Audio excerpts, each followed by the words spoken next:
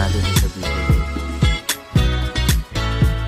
At bigla na lang po ako may nakita ng magandang dilag.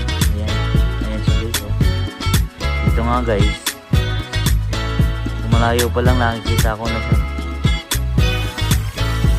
Sikat na sikat to guys, ari ng 3 point to guys. Yan siya guys, oh, nagbabike lang.